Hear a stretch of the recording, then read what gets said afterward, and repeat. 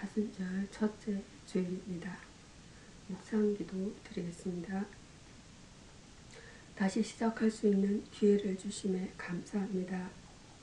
여호와 이름은 견고한 망대라 의인은 그리로 달려가서 안전함을 얻느니라. 잠언서 18장 10절입니다.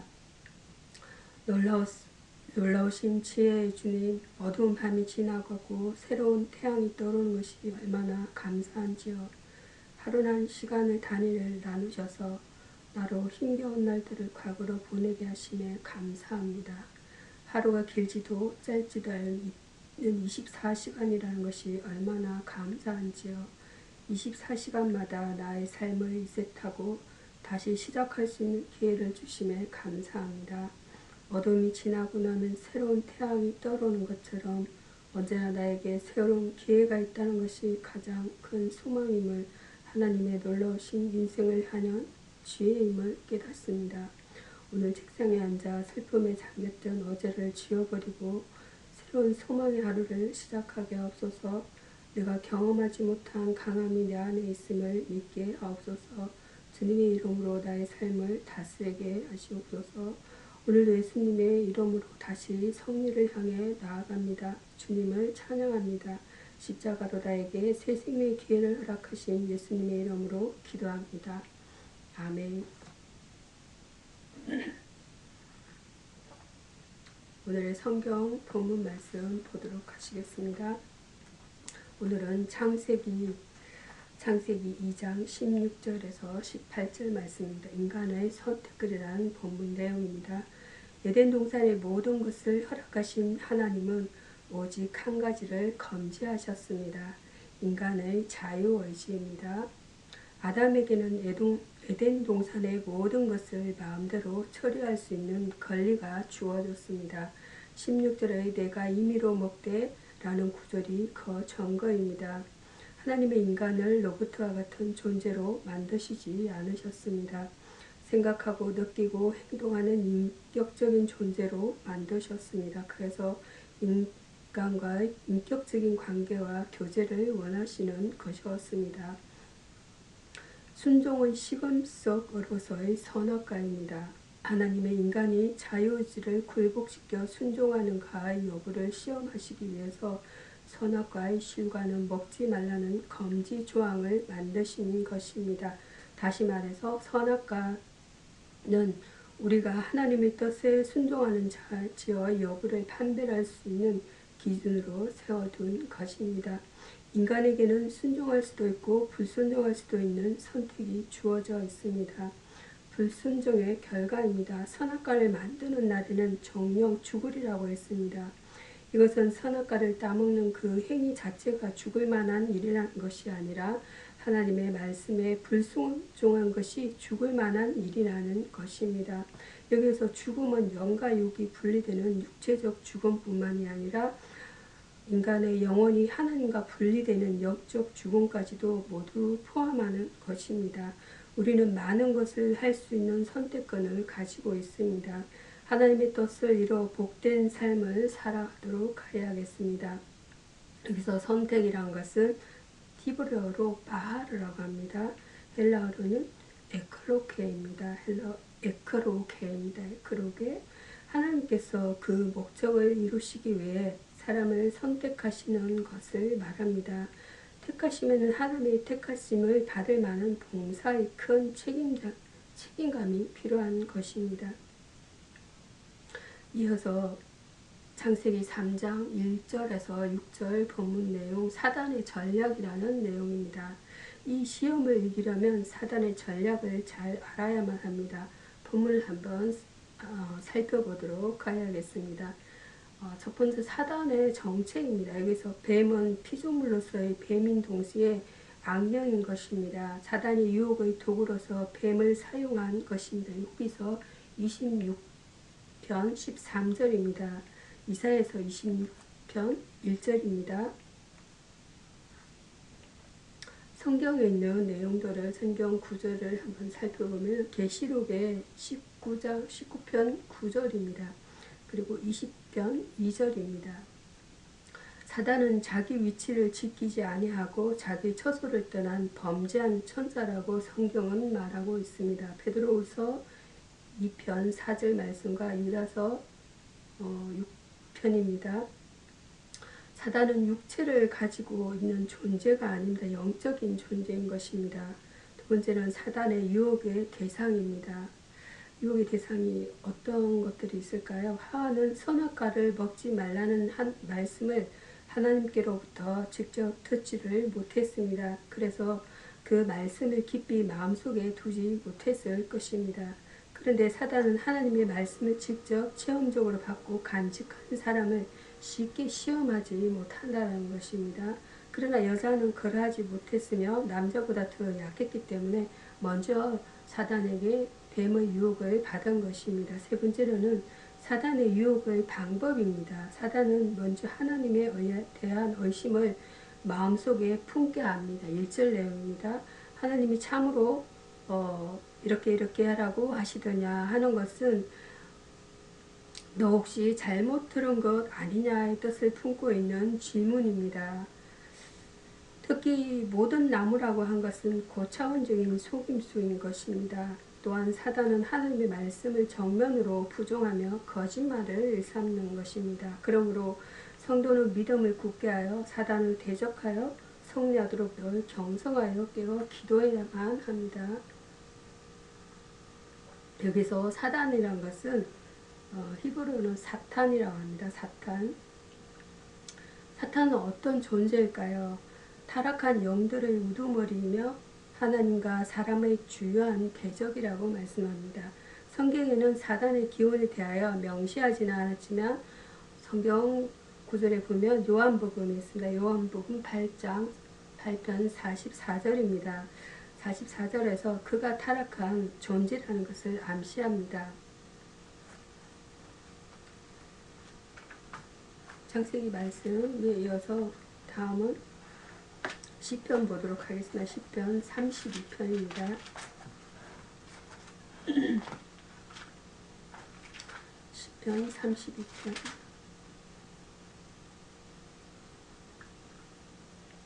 시편 32편 1절에서 11절입니다. 회개와 신뢰의 복이라는 본문 내용이 되겠습니다. 다윗은 본문에서 이 세계의 사람들이 알지 못하는 복, 회개와 신뢰의 복에 관해 말씀합니다. 말하고 있습니다. 회개하는 자는 첫 번째로 죄의 용서를 받는다라는 것입니다. 3절에서 5절입니다. 복을 원하는 사람들이 추구해야 하는 가장 근본적이고 중요한 문제는 죄의 문제, 즉 죄의 용서를 받는 것입니다. 하나님과의 교통은 이것의 전제 아래서만 가능하기 때문에 그분께 복 받기를 원하는 사람들은 먼저 이 문제를 해결하도록 하지 않으면 안 됩니다. 그리고 그 방법은 죄를 토스려내버리는 회개뿐인 것입니다. 두 번째로는 하나님은 회개하는 자의 은신처가 되신다라는 말씀 구절이 있습니다. 7절입니다. 신자든 불신자든 남녀노소 빈부와 기촌을 무른하고 모든 사람은 복을 희고합니다. 언시처럼 피하여 숨는 곳입니다. 환난에서 보호를 받는 곳인데 그분은 회개하는 사람에게만 언신자가 되신다는 것이고요. 다윗은 회개함으로 그분의 보호 아래에 있을 수가 있었고요. 구원의 노래를 부를 수 있었습니다. 세 번째로 신뢰하는 자에게 인자를 베푸신다라는 내용입니다. 10절입니다. 하나님께서도 순종하는 사람들에게는 복을 약속하신 반면 불순종하고 거역하는 사람들에게는 저주를 약속하셨습니다. 그분은 당신을 신뢰하는 자들에게 당신의 불행에서 완전한 회복은 하나님께만 있다라는 것이고요. 주의 인자를 받는 자만이 슬픔과 고통에서 벗어날 수 있다라는 것이에요. 회개하는 자는 죄의 용서를 받고 하나님께 신뢰의 복을 받게 된다는 것입니다. 여기서 회개라는 것은 히브리어 슈고입니다. 슈고. 헬라어는 메타노에어라고 합니다. 헬라어 메타노에어. 첫째, 마음의 변화. 두 번째로는 후회나 양심의 가책. 세 번째로는 윤리 종교적 의미에 있어서 죄로부터 하나님께로 돌이키는 것 등의 여러 개념들을 함축하고 있습니다. 다음은 신약성경입니다. 신약성경 로마서 보도록 하겠습니다. 로마서 5장입니다. 로마서 5장 먼저 5장 12절 내용을 보도록 하겠습니다. 아담의 죄의 전가에 대한 본문 내용입니다. 본문은 원죄에 대한 해답과 인간의 실존 및 사회의 문제들을 근원적으로 이해하는 데 도움이 될 것입니다. 첫 번째로 아담으로 말미암아 죄가 세상에 들어옴입니다. 죄가 세상에 들어오게 된 것은 아담의 범죄 때문이었습니다. 그가 범죄하기 전에는 죄의 어떤 영향력도 존재함이 없었던 것이에요. 범죄가 가져다주는 결과는 이처럼 엄청난 것입니다. 그러므로 성도는 크게 삼가서 하나님을 불순종한 일이 없도록 조심해야 하겠습니다. 재앙을 불러들인 아담의 전철을 밟는 성도가 되어서는 안 된다는 것입니다. 두 번째로 죄로 말미암아 사망이 옵니다. 인류가 사망에게 매여 일생 동안 종노릇하게 된 것은 아담의 범죄 때문이었습니다. 죄로 말미암아 사망이 인류에게 이르렀으며 이로 인해 사망의 세력을 잡은 자 마귀에게 종노릇할 수밖에 없었던 것입니다. 죄에는 사망이 따른다는 것이에요. 죄와 짝하여 살면 소망이 없다라는 것입니다. 우리를 죄에서 구원하신 하나님을 찬양하며 영광을 돌리도록 하여야 합니다. 세 번째로는 아담의 죄가 모든 사람에게 전가됨입니다. 그리스도께서 오시기 전에 모든 사람은 아담 안에 있었으므로 그 죄가 전가될 수밖에 없었습니다. 비록 아담과 같은 희귀에 가담한 적이 없었음에도 불구하고 동일하게 죄 아래에 있게 된 것입니다. 이것은 대표성의 원리로서 이 원리에 의하여 모든 사람이 죄 아래에 있게 된 것이에요. 이 죄의 결박은 예수 그리스도 안에서만 벗겨진다고 말씀합니다. 인간의 죄에 대한 올바른 인식을 하게 될 때에 사회 문제를 치유할 수 있는 길을 바라보게 된다고 말씀하고 있습니다. 원죄라는 것은 오리지널 신입니다. 오리지널 신. 고전적인 기독교 전통에서 원죄는 아담의 타락으로 인한 인간의 보편적이고 상속적인 죄를 의미합니다. 원죄는 하나님의 법을 자기식으로 범한 자범죄, 액주얼 신입니다. 액주얼 신, 자범죄와 대조가 되기도 합니다. 이어서 로마서 5장 12절에서 21절 본문 내용을 살펴보도록 하겠습니다. 삶과 죽음의 교차라는 내용입니다. 인생은 끊임없는 도전이요 선택이라고 할 수가 있겠습니다. 도전과 선택은 인간의 성대의 중요한 요소인 것입니다.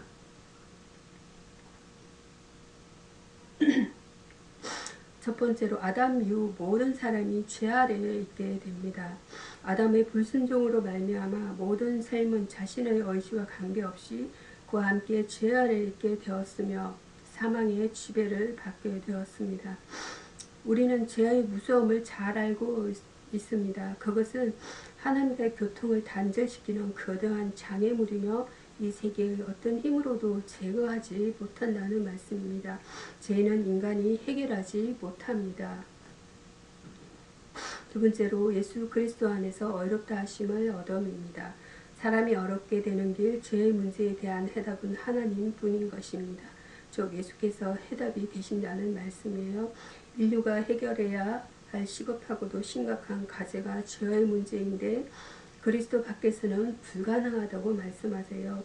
우리가 과학의 발달이나 문화의 진보를 꾀하기 전에 먼저 해야 할 일이 죄의 문제를 해결하는 것이며 그 길은 예수뿐이라는 것이에요. 세 번째, 믿음은 승리가 보장된 도전과 선택인 것입니다. 사망과 생명의 교차로에 선 모든 사람이 성공과 승리를 위해서 도전하고 선택해야 할 유일한 길이 믿음인 것이에요.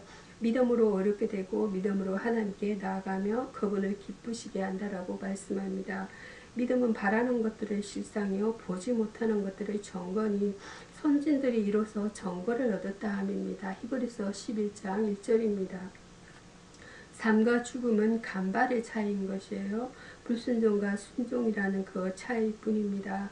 잘 통과해 나아가도록 해야 합니다. 여기서 결단인 것은 디시스, 믿음을 보여주는 마음의 결정을 말합니다. 그리스도인에게는 그리스도냐 세상이냐 하는 갈림길에서는 바른 선택을 해야 한다는 것이에요. 이 결단의 순간을 상실하며 영생으로 향할 기회를 잃고 만다는 말씀이에요. 다음은 마태복음입니다. 마태복음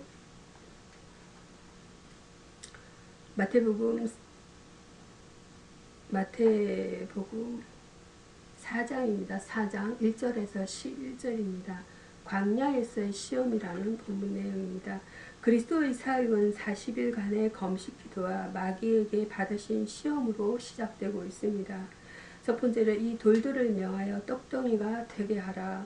예수께서 40일을 주야로 금식하였음을 아는 마귀는 육신적인 문제, 육신의 정욕을 무기로 주님께 도전했습니다. 마귀는 인간의 약점을 이용하여 그리스도를 시험했는데 그분은 이에 대해 사람이 떡으로만 살 것이 아니라 하나님 입으로 나오는 모든 말씀으로 산다는 말씀으로 그의 도전을 일축해 버리셨습니다. 두 번째로 성전 꼭대기에서 뛰어내리라. 마귀가 사용한 두 번째 무기는 안목의 정욕이라는 무기였습니다. 성도들은 빠지게 되기 쉬운 시험인 것입니다. 이것을 극복하려면 주님께서 말씀하신 하나님을 시험치 말라는 말씀의 의미를 이해하도록 해야만 합니다. 보기에 좋은 것이 몸에도 좋은 것은 아닌 것입니다. 아담과 하와는 보기에 좋은 것을 먹음으로 에덴을 잃어버리고 만 것입니다. 세 번째로 내게 엎드려 경배하라. 마귀가 사용한 마지막 무기는 이생의 자랑이었으며 이는 마귀에게 엎드려 절하는 것이었습니다. 즉 영적인 시험으로서 정신적인 유혹을 하고 있는 것이에요. 그러나 예수께서는 이것을 말씀으로 물리쳐내셨습니다. 우리는 마귀에게 굴복하게 되는 이것을 조심해야 합니다. 우리의 자랑은 그리스도뿐인 것이에요. 누구에게나 시험이 다가오는데 시험이 올 때마다 주님처럼 말씀으로 그 시험을 이기는 성도가 되어야겠습니다. 여기서 시험이라는 것은 히브리어 나시입니다. 히브리어 나사입니다. 나사. 헬라어로는 페이라조라고 합니다. 페이라조. 죄에 대한 유혹이나 하나님에 대한 배교를 포함하는 인간의 테스트를 의미합니다.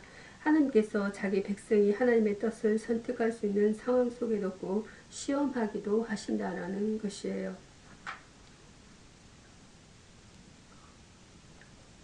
기도하겠습니다.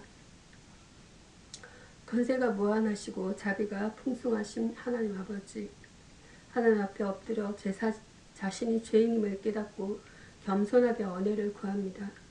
먼저 하나님의 섭리와 뜻을 발견하도록 저의 영안을 열어 주옵소서. 제가 비록 생로병사의 고난의 과정을 걸어가고 있을지라도 주 앞에 믿음으로 나아갈 때 새 인생 새 소망을 발견할 수 있음을 믿나이다. 죄인을 부르시는 주님, 예수님의 부르심은 죄로 인해 병들고 잠든 영혼을 깨우고 새롭게 하는 능력이 있음을 이 백성이 깨닫게 하옵소서. 그리하여 자기밖에 모르는 이기심과 정오심, 경쟁심을 버리고 이웃에 대한 관심과 사랑으로 마음이 바뀌게 하옵소서. 생명의 주인이신 아버지, 믿음으로 세상을 보고 제 자신을 보기를 원합니다. 하나님의 나라와 의를 위해 제 자신의 모든 것을 같이 쓰는 참된 얼굴 되기를 원합니다. 함께 웃고 함께 오는 참된 인간을 발휘하길 원합니다. 이 모든 일은 그리스도 예수의 사랑의 강건임을 받을 때만 가능할 것을 믿습니다. 주의 사랑으로 일깨워 주옵소서. 예수님의 이름으로 기도드립니다. 아멘. 주기도문으로 예배를 마치도록 하겠습니다. 하늘에 계신 우리 아버지여, 이름이 거룩히 여김을 받으시오며 나라에 임하옵시며 뜻이 하늘에서 이룬 것 같이 땅에서도 이루어지이다. 오늘 우리에게 일용할 양식을 주옵시고 우리가 우리에게 죄 지은 자를 사하여 준 것 같이 우리 죄를 사하여 주옵시고 우리를 시험에 들게 하지 마옵시고 다만 악에서 구하옵소서. 되게 나라와 권세와 영광이 아버지께 영원히 있사옵나이다. 아멘. 감사합니다.